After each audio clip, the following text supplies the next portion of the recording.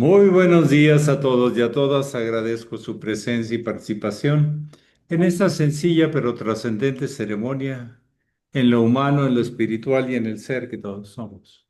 Y a la misma vez les agradezco porque me permiten continuar en el peregrinaje que me encomendara mi maestro, el venerable Satar José Di por el mundo tratando de responder a lo que la vida me pide y enriqueciéndome de todo lo que la vida me da. Muchísimas gracias por estar aquí presentes.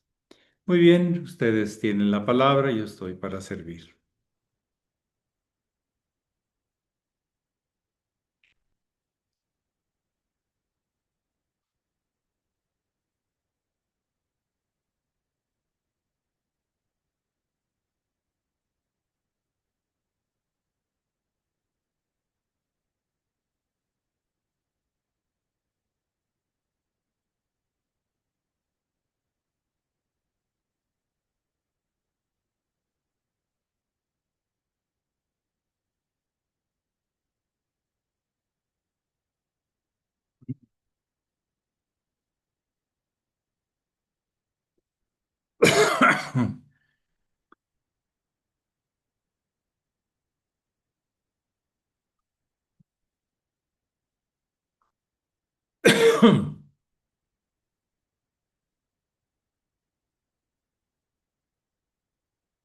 Sí, adelante, Lupita.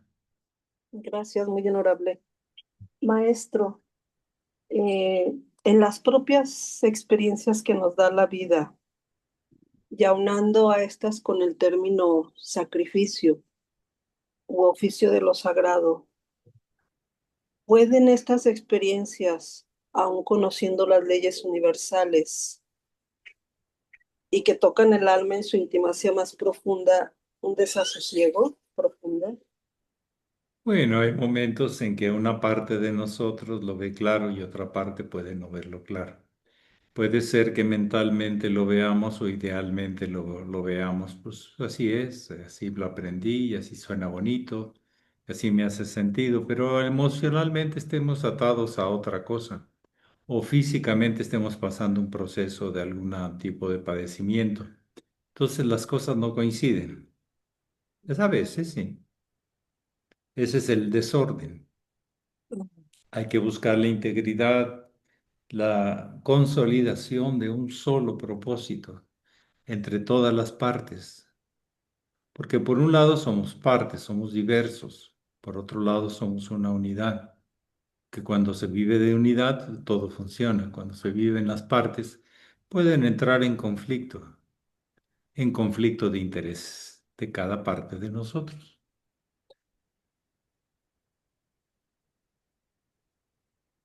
Sí, hay veces que estamos descoordinados, no funcionamos bien, y hay veces que estamos coordinados, funcionamos bien. Eso es parte de la vida. Para simplificarlo un poquito, pa.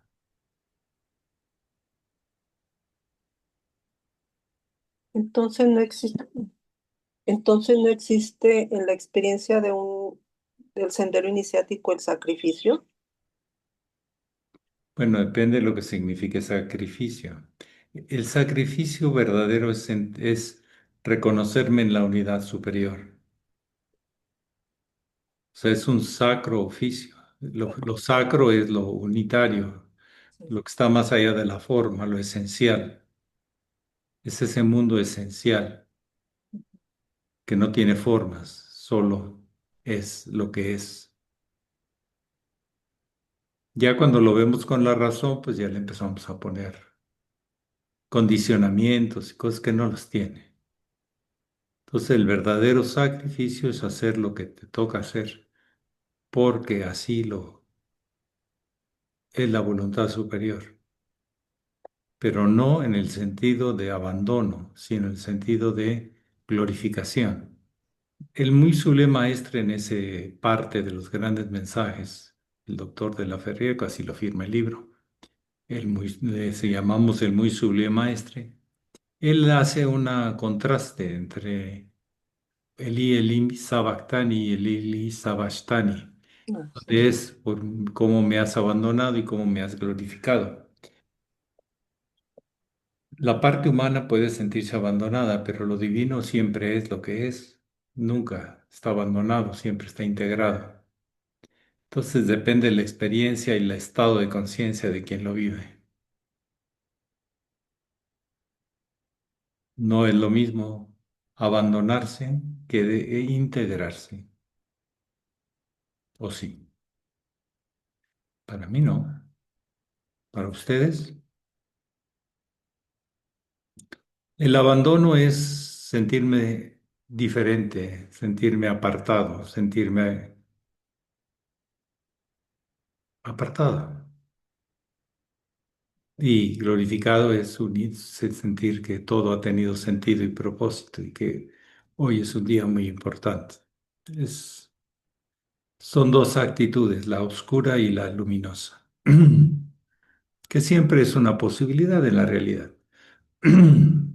Pero el iniciado tiene que llegar a vivir algo que siempre es permanente, más allá de la realidad transitoria. En su momento, en su instante es real, después ya no. Y en lo trascendente, en la supraconciencia, siempre lo que es, nunca deja de ser, nunca se abandona porque nunca se separa, siempre es uno. Por ti, Señor, no por nosotros, por tu gloria, Señor, no por la nuestra, decían los templarios, con toda la razón, para una consigna de carácter iniciático. Y eso se puede seguir repitiendo en nuestra vida. Pero las emociones buscan alguna y la sacan a veces del baúl de la caja de Pandora, que luego nos asustamos hasta de nosotros. Las emociones deben seguir a la mente, no la mente o el espíritu a las emociones. Pero la gente busca mucho las emociones. Ahí se siente más viva, pero en realidad va a morir, porque las emociones suben y bajan, aparecen y desaparecen. ¿Mm? ¿Alguien más que desee compartir o preguntar?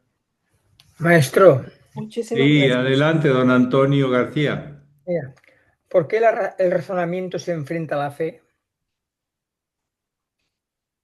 ¿Por qué el razonamiento qué? ¿Se enfrenta a la fe? Ah, pues si lo dejamos que se enfrente, son dos lenguajes, son dos formas de ver la vida. La fe es la oportunidad que se da siempre a sí mismo en la vida.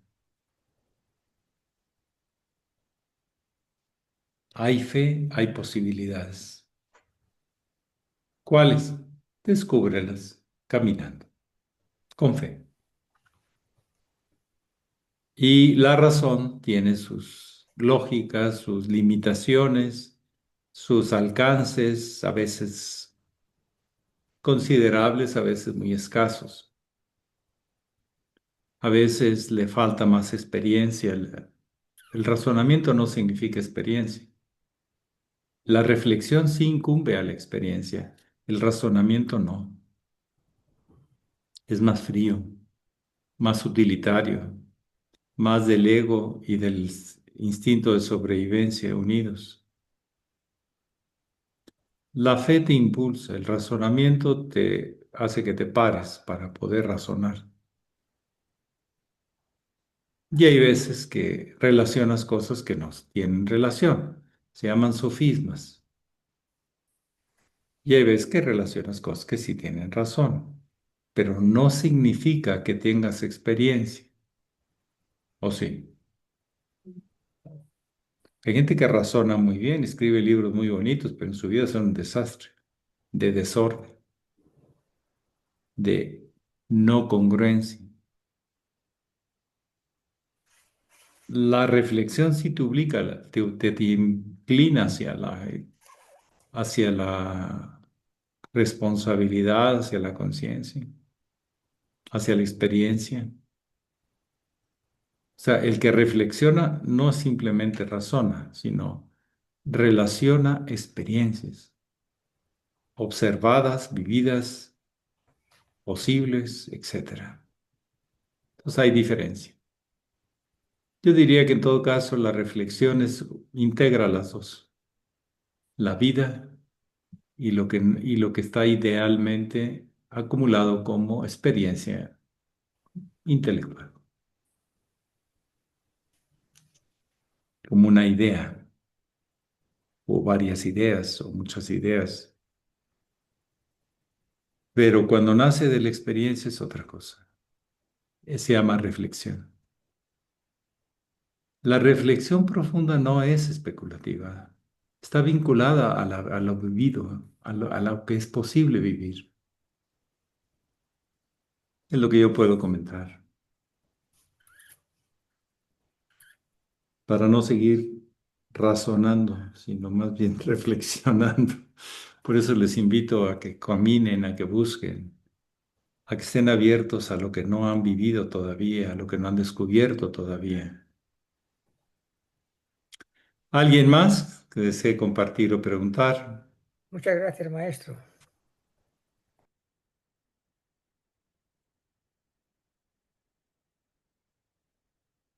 La clásica expresión de, la reflexión es esta de Rodin. Bueno, hay algunas griegas, romanas, así. Es metiéndote a ti mismo, siendo honesto, sincero, profundo, a la raíz de las cosas, sin lo superficial, sino tocando el impulso profundo de lo que estoy tratando de reflexionar. Sin engaños, sin excusas, sin justificaciones. Sí, adelante, Margarita. Maestro, bueno, muy buenos días a todos. ¿Existe algún método para ir hacia la reflexión? Pues vivirlo para distinguir la diferencia entre razonar, reflexionar, meditar. No se experimenta lo mismo. Olvidémonos de las definiciones. No se experimenta lo mismo. La reflexión es una verme al espejo, ser honesto, ser sincero, buscar el fondo, buscar de dónde ha venido y a dónde retorna esto que estoy reflexionando. Es una flexión sobre mí mismo, por eso se llama reflexión. ¿Es una flexión o es una búsqueda hacia ti mismo? ¿Qué vas a encontrar? Camínalo, vívelo. Engáñate para ya no seguirte engañando.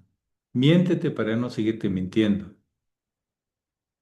Excúsate para ya no un día decir no, la excusa no tiene sentido. Esa es la reflexión. Es caminar, es vivir, es volver a profundizar en las referencias que tengo de lo que se me está presentando. En la reflexión no hay urgencia de llegar a ninguna conclusión. Lo importante mismo está en la reflexión, en la honestidad, en la congruencia, en la integridad de quien lo hace. Ese es el método. Engañarte para no engañarte más, mentirte para no mentirte, excusarte para no te buscar excusas, reírte para ya no llorar tanto, encontrar un camino honesto, sincero, congruente. Pero es una búsqueda, es un acto muy y se hace desnudo. Cuando se pinta el pensador, se derrama, está totalmente desnudo. Así tenemos que buscarnos, sin ropajes, sin nada. Lo único que tiene es la reflexión profunda. Y ese es un camino que se vive desnudo, sin distracciones, sin ocultaciones. Adelante, Elisa Zapote, es lo que yo le puedo comentar, hermana Margarita. Lo demás queda en la experiencia. Sí, Gracias. Elisa Zapote. Sí, buenos días, maestro, buenos días a todos.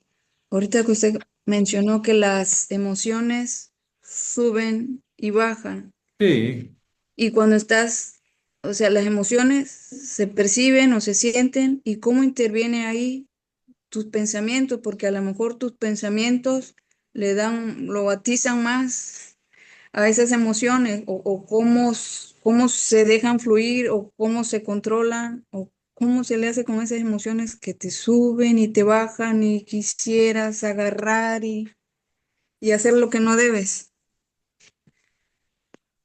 ¿usted conoce la expresión no hagan olas? No. ¿No?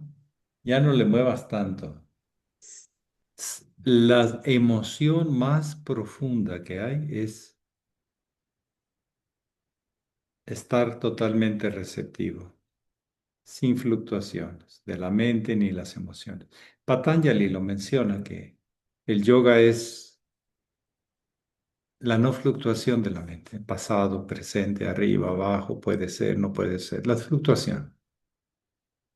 Lo único verdadero a esta experiencia de trascender las emociones está cuando el agua da un espejo sin destellos, solo transparente de lo que hay arriba y hay adentro.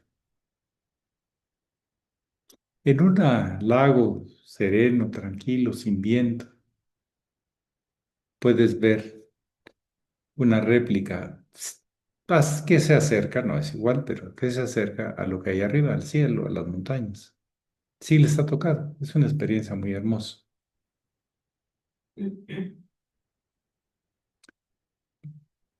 El agua tiene que estar serena, la emoción, para recibir presente y no jugar y distorsionar y centellar con la luz. Vean un estanque o un lago lleno de viento y de tempestad, de ideas para acá y para allá, remolinos, pues no se ve claro ni arriba ni adentro. Cuando se está en estado de serenidad profunda, de acallamiento, de ideas, de sentimientos, y las emociones son el ver su reflejo y ver su origen. Primero veréis mis reflejos y después me veréis cara a cara, dice el Cristo, en ese sendero de búsqueda.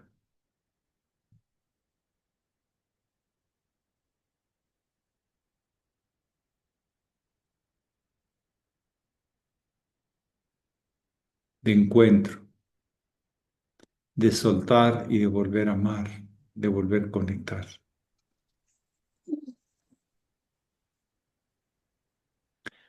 ¿Alguien más que desee compartir o preguntar? Maestro, buen día a Muchísimas gracias, todos. maestro. Este, hablando de reflexiones, entonces no estaba tan errado yo, equivocado al ponerle a lo que escribo reflexiones y pensamientos. Adelante, ¿quiere decir una? Eh, no estoy preparado ahorita. Ahorita estoy en el centro de Monclova esperando que hablan el mercado para comprar algunas cosas. Pues vuelva al centro de usted mismo, ahí están. Este, lo que le puedo decir es que también el maestro Sun, la frase del maestro Sun es por la reflexión penetra la vida también, eso inspira, sí.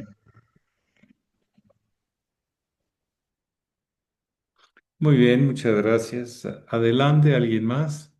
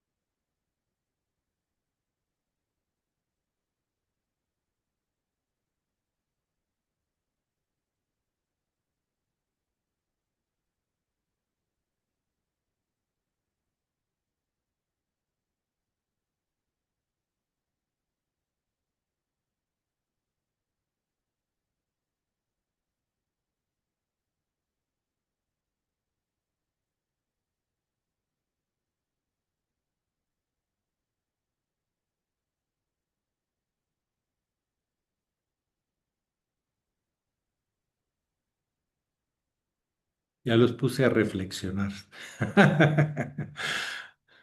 Está bueno. Esa actitud de el, es- el lago sereno que permite su espejo y su profundidad.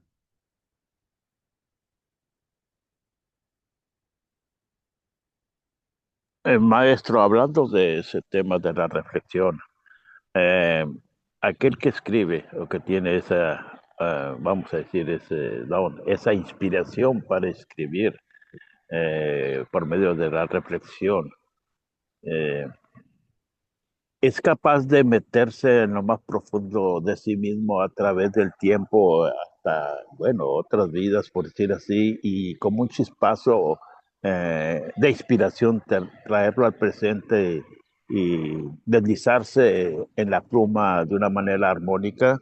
Sí. Por ese instante, sí. Después, quién sabe.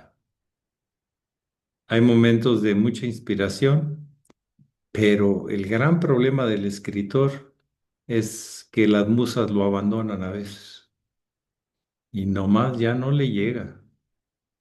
Y entonces se pregunta, ¿realmente lo que yo capté dependía de mí o dependía de qué?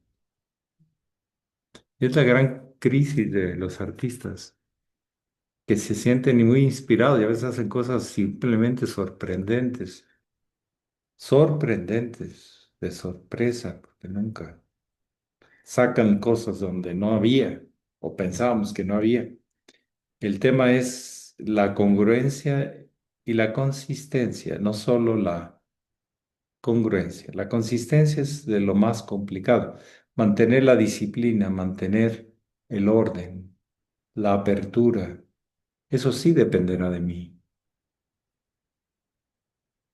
Pero esos momentos de destellos, casi de inmortalidad, son a veces instantes. Y después, luego viene la pregunta, ¿soy yo o qué es? Porque no lo controlo. ¿Sí? Hay gente que pintando un cuadro se sienta enfrente y no le sale nada. Y pintando a veces sentándose frente a un lienzo vacío, blanco, le viene tanta inspiración que saca todo lo que está ahí adentro.